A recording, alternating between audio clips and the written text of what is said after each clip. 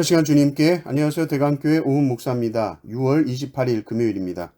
하나님 우리에게 주신 말씀은 빌립보서 4장 2절에서 9절입니다. 내가 유오디아를 권하고 순두개를 권하노니 주 안에서 같은 마음을 품으라. 또 참으로 나와 멍에를 같이 한 네게 구하노니 복음에 나와 함께 힘쓰던 저 여인들을 돕고 또한 글레멘드와 그 외 나의 동역자들을 도우라. 그 이름들이 생명책에 있느니라. 주 안에서 항상 기뻐하라. 내가 다시 말하노니 기뻐하라. 너희 관용을 모든 사람에게 알게 하라. 주께서 가까우시니라. 아무것도 염려하지 말고 다만 모든 일에 기도와 간구로 너희 구할 것을 감사함으로 하나님께 아뢰라. 그리하면 모든 지각에 뛰어난 하나님의 평강이 그리스도 예수 안에서 너희 마음과 생각을 지키시리라. 끝으로 형제들아, 무엇에든지 참되며 무엇에든지 경건하며 무엇에든지 옳으며 무엇에든지 정결하며 무엇에든지 사랑받을 만하며 무엇에든지 칭찬받을 만하며 무슨 덕이 있든지 무슨 기림이 있든지 이것들을 생각하라. 너희는 내게 배우고 받고 듣고 본 바를 행하라. 그리하면 평강의 하나님이 너희와 함께 계시리라. 아멘. 빌립보서는 기쁨의 서신이라고 합니다. 기쁨이라는 말이 많이 나오죠. 기뻐하라, 기뻐하라. 주 안에서 기뻐하라. 그런데 이렇게 자꾸 기뻐하라 라고 말한다는 것은 사실은 빌립보 교회 안에 기쁨이 없다는 이야기도 되죠. 그리고 그 기쁨이 없는 이유는 보통 관계의 문제일 때가 많습니다. 교회 안에서 열심히 서로 사랑하고 서로 섬기다가 어느 순간 지체와 갈등이 생기고 때로 원수처럼 느껴지는 것이죠. 그러면 기쁨이 사라집니다.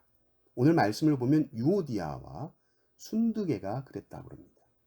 이들은 바울의 복음 사역을 힘써 도왔던 사람들입니다. 3절에 보면 복음에 나와 함께 힘쓰던 저 여인들 할 때 이들이 바로 유오디아와 순두개입니다. 그런데 이 유오디아와 순두개 사이에 갈등이 생긴 것이죠. 본래 교회에서 아무 일도 하지 않으면 갈등이 생길 일이 없습니다. 그런데 열심히 하다 보면 부딪히기 시작합니다. 이것은 지극히 당연한 일입니다. 일하는 방식이 다르죠. 생각하는 방식이 다르기 때문에 서로의 마음에 들지 않고 틀린 것 같이 느껴집니다.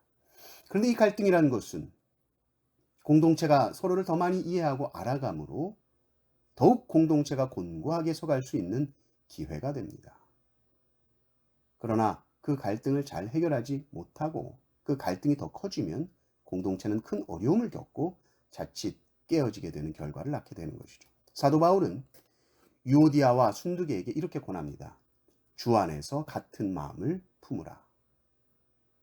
이미 빌립보서 2장에서도 그리스도 예수의 마음을 품으라 라고 말했는데 오늘 말씀은 주 안에서 같은 마음을 품으라 라고 권면하고 계시고, 그럼 같은 마음을 품는다는 것은 어떤 것일까?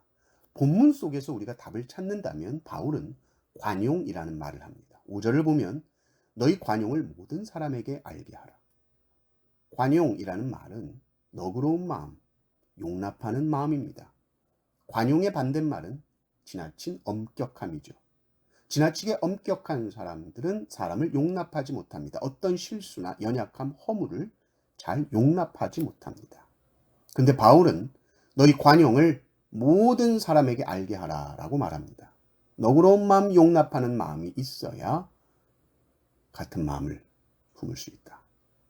그리고 같은 마음을 상대방과 품을 수 있어야 지체들 간의 관계가 회복된다는 것이죠. 그러니까 왜 갈등이 생기는가라고 했을 때 다른 마음을 갖고 있기 때문에 생깁니다.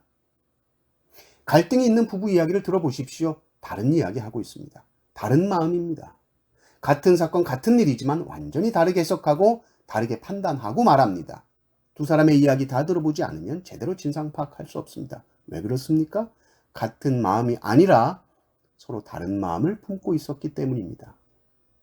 이때는 서로 많은 대화를 통해서 마음을 같이 만들어가는 시간이 필요한데 그것은 너그러운 마음, 용납하는 마음, 바로 관용으로 시작하는 것입니다. 근데 사도 바울은 이 관용을 말한 후에 바로 주께서 가까우시니라 이렇게 말합니다. 5절을 보십시오. 너희 관용을 모든 사람에게 알게 하라. 주께서 가까우시니라. 관용 이야기를 하고 나서 바로 주님 재림 이야기를 합니다. 왜일까요? 주님 다시 오시는 날 우리에게 가장 필요한 것이 주님의 관용이기 때문입니다.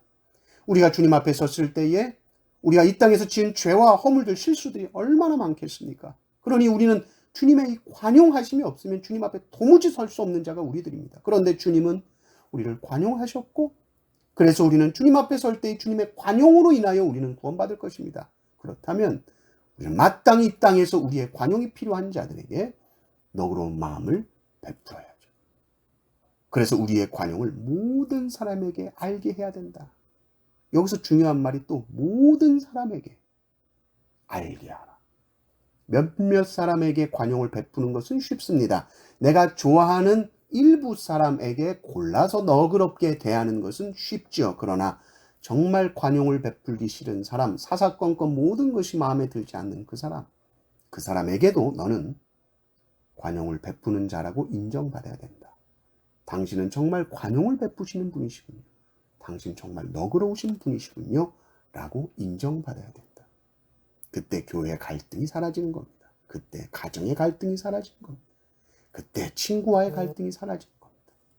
주 안에서 같은 마음을 품으시고 모든 사람에게 관용을 베풀 수 있는 성도님들 되시기를 주님의 이름으로 축원합니다.